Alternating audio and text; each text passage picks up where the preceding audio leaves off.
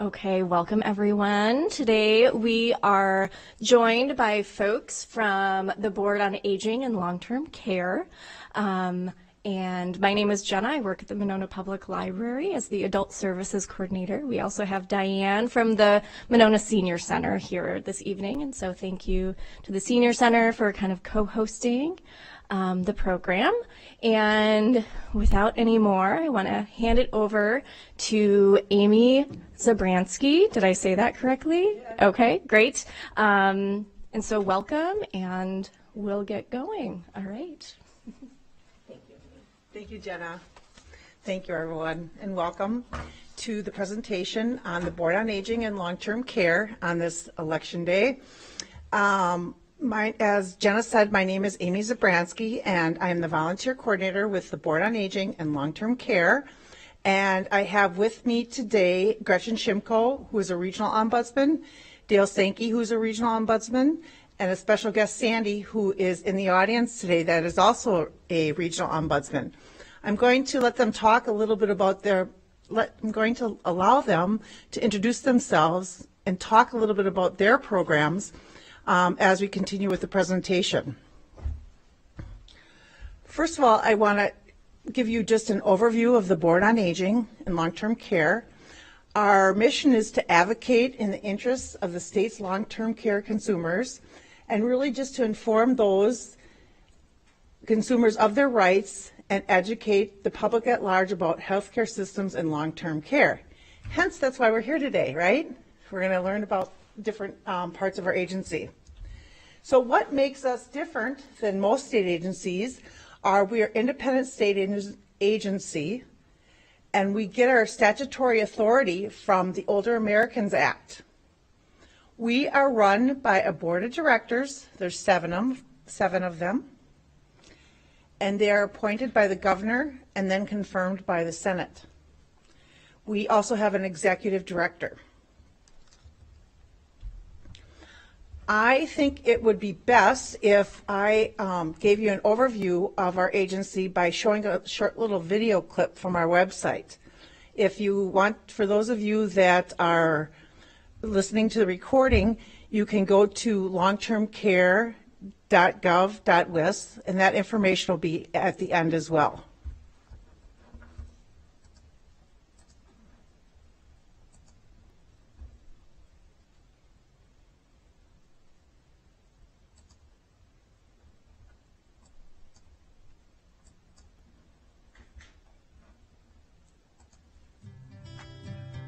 The State of Wisconsin Board on Aging and Long-Term Care. No matter where you live in the Badger State, you can travel through life with a greater sense of confidence and a renewed peace of mind. You may not know it yet, but there's an agency up ahead with resources and trained professionals to help you navigate the road of life.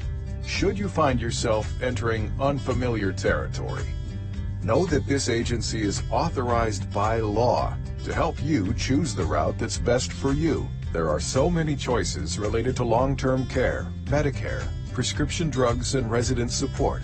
It can be difficult to know which way to turn. Whether you're making choices for yourself or a loved one, you may also encounter roadblocks, and the direction of your journey can suddenly change. Fortunately, Wisconsin residents have rights-focused advocates and insurance counselors available. The Board on Aging and Long-Term Care is your premier resource for information and education. We exist to help you understand your options regarding aging, long-term care, Medicare, and prescription drug coverage. Start here to get your questions answered. Our professionals are ready to listen. We educate citizens and lead them toward empowerment and self-advocacy. Are you looking for information on your rights as a long-term care consumer? Do you or a relative have concerns about care in a nursing home or assisted living community? Do you have a question about your services under Family Care or IRIS? Or are you a Medicare beneficiary in need of additional coverage or coverage for expensive medications? The Board on Aging and Long-Term Care is mandated by state and federal law to advocate for the rights of Wisconsin consumers. While we are not an emergency service, you may always turn to us during our office hours for unbiased and in-depth information. We are an independent agency that's here to help you choose the path that you feel is right for you.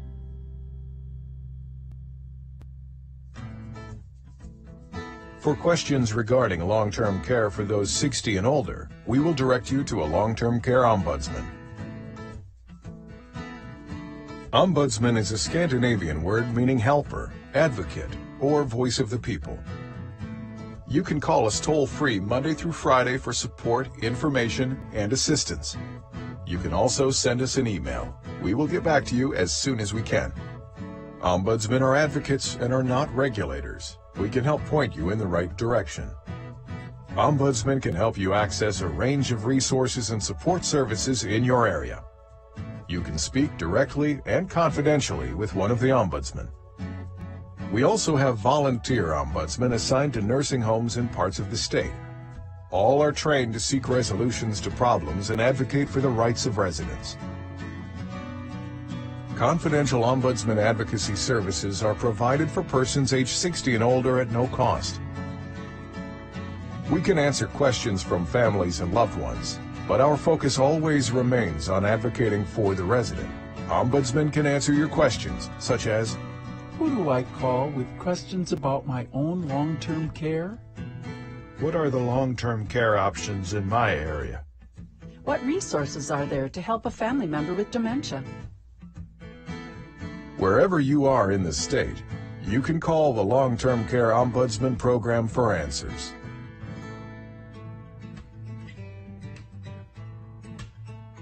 Along the road of life, you will likely have healthcare questions regarding Medicare and a wide range of health insurance topics.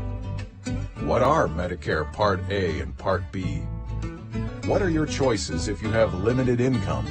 How can you reduce the costs of prescription drugs? For answers, call the Medigap helpline. Our staff will lead you through your options over the phone. They can help you with questions about supplemental insurance, Medicare Advantage plans, employer-related health care coverage, low-income options, as well as other important topics. We are advocates, counselors, and educators who understand that the decision you make could affect you for the rest of your life. The Board on Aging and Long-Term Care can give you the information you need to make an informed choice. Remember, we are only a call away.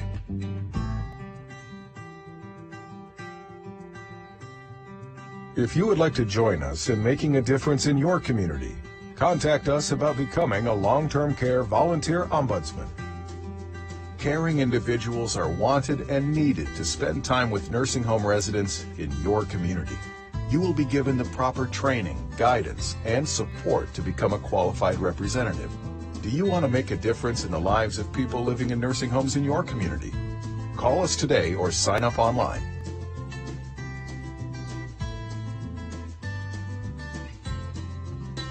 There are many bumps along the road when it comes to health insurance and long-term care decisions, and plenty of twists and turns along the way. Whenever you need help moving forward through difficult situations, start here with the Board on Aging and Long-Term Care. Spread the word so we can help others across the state benefit from our services. Contact us today.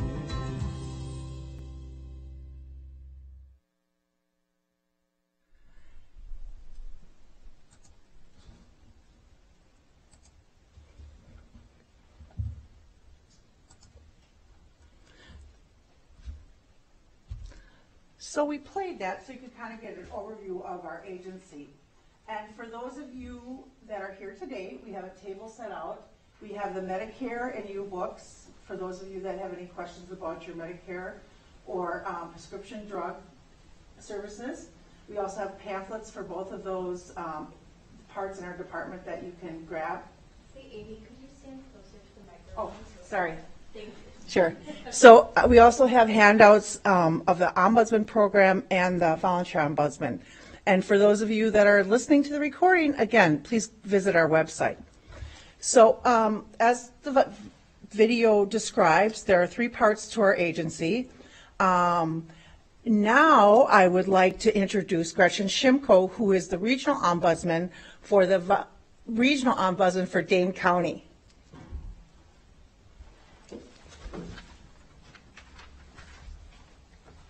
Hello, everyone. My name is Gretchen Shimko, and I'm the Regional Ombudsman for Dane County. So in my role as an ombudsman, my goal is to protect and promote the rights of the long-term care residents. While working with the residents and their families and providers, I advocate for the best quality of care and the best quality of life for those residents. I often serve as a mediator, a negotiator, and a consultant while working with the providers and residents when the communication has broken down between the residents, their families, and the providers. The main goal is to mediate a resolution where the residents' voice is heard above everyone's. A lot of people will ask, like, who can call the ombudsman? Really, anybody can call the ombudsman. A lot of the times it can be, family members, residents themselves, the facilities. We've had clinics call. Really, anybody can call who has a question or a complaint about the long-term care services. I would like to take this opportunity to go over some of the rights that residents have while living in a long-term care setting. When you enter into a long-term care setting, you don't lose your rights, like right when you hit the door. You still have your rights while you're living there. So some of the examples would be the right to dignity, so to be treated with respect. The right to privacy, such as they should be knocking on your door when they're entering your room. When they're providing care, such as showering or just helping you get dressed, the door should be shut and the blinds should be shut. You have a right to voice grievances without the fear of retaliation. The right to access, such as today, you have a right to vote when you're living in a long-term care setting. The right to participate in social, religious, and community events, so you should be able to go as you want to in those settings. The right to be notified. So you should be informed of all decisions related to your care, such as changes in medication, anything with your primary care doctor. A big example would be if you were going to receive a roommate. You should be informed of that before that happens. You have the right to seek transfer or discharge from that facility if you wish to go somewhere else to live. And lastly, a huge one is self-determination. So you have the right to accept or refuse care and treatment or participate in your own health care planning. So example would be you have a right to refuse medications, refuse to shower if that's truly what you want. And lastly, I would just like to comment on one of my biggest challenges of being a regional ombudsman is probably working with the consumers and residents in their facilities. They have a fear of retaliation. They are often afraid to report a complaint because they feel the provider is going to retaliate against them.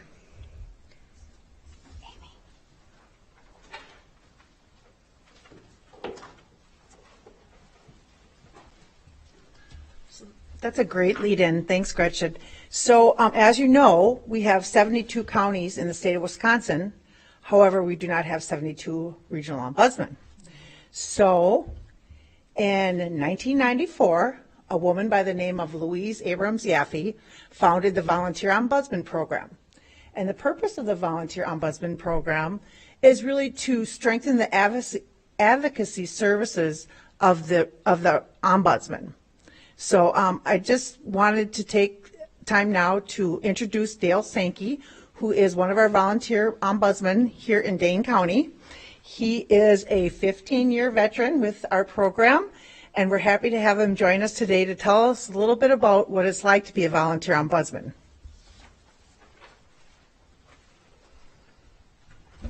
Fear of retaliation.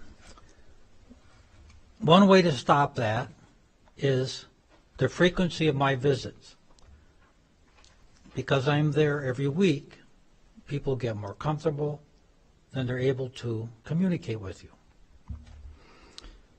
I make unanswered, unannounced weekly visits to the nursing home. It takes me approximately 2 hours. I am a voice for the residents, if they so choose, in the nursing home.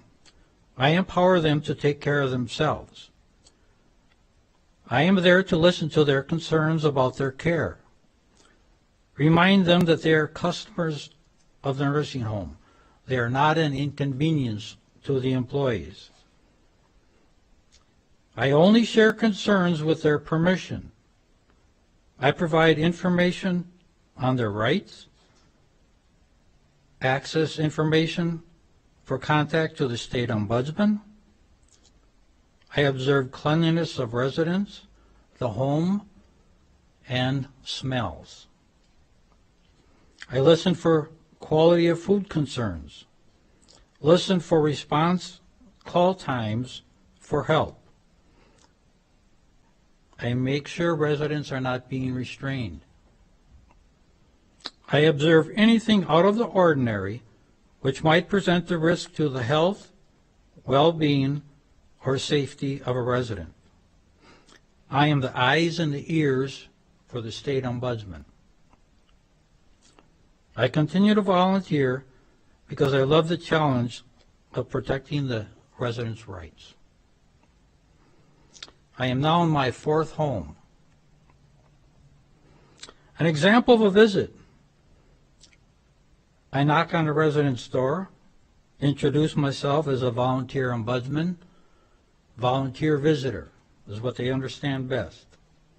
Then I listen, and I listen, and I listen.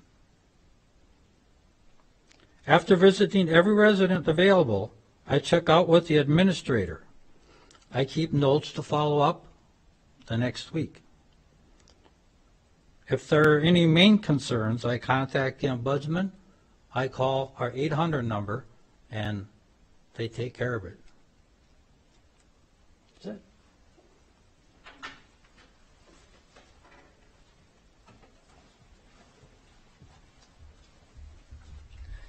Thanks, Dale. And we do have another volunteer ombudsman in the audience, as I mentioned, and as soon as we're done with the presentation, we'll take some questions and answers, and you can ask her any questions too, what it's like. But now I want to tell you a little bit about what I do and how I work with the volunteer ombudsman. So this is a map of Dane County. These are all of the nursing homes that we currently serve. And you can see the ones with the star on are where we're looking for volunteers. So it's pretty big. Just a little side note, I really didn't recruit in the past 2 years because of the pandemic. And so we have a lot of vacancies here. We have a lot of opportunities. So what does it take to become a volunteer ombudsman? Well, the first thing is that we ask you to fill out an application. We do a very thorough screening for volunteer ombudsman, and that is because you'll be working with a vulnerable population. So we don't want anyone in there that we don't trust, quite frankly. And so we do that. We ask for a 1-year commitment, although if someone goes through this entire process, and it's lengthy, and they say, oh, this isn't for me, we certainly wouldn't hold them to that. But one of the requirements is that we ask that you go in for 2 hours a week and visit residents, and that can be anywhere from 8 a.m. to 8 p.m. And just as Dale said, you're building that rapport so they feel comfortable, so there isn't the issue of retaliation, as Gretchen mentioned. Once people have applied, they're screened, they're trained. We do a formal 8-hour training presentation. I shouldn't say we, I do, and we do, because Gretchen will help me.